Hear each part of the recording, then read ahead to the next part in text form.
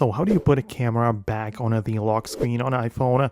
Let's get started, and if this is your first time here on Foxtecc, consider subscribing as there are plenty of tutorials which I believe they are going to help you out. So do that and let's get started. So if your lock screen has been changed or edited in some way, you can always change it back to however you like it by holding down on it and clicking on the customize button below.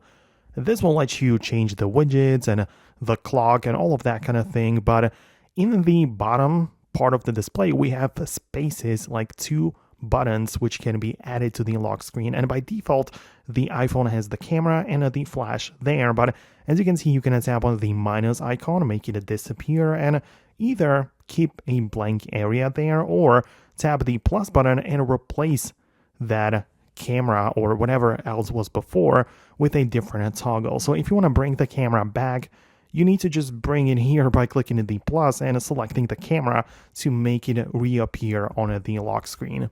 Right, so that's one way to trigger the camera, but of course you can swipe on the lock screen like this and reveal the camera that way. And if you don't have that feature enabled, or if it doesn't work for you, well, it's likely turned off in the settings, and you can find it in the main settings app in part of the camera selection there. In the bottom portion of this, we have a toggle which is titled Lock Screen Swipe to open camera.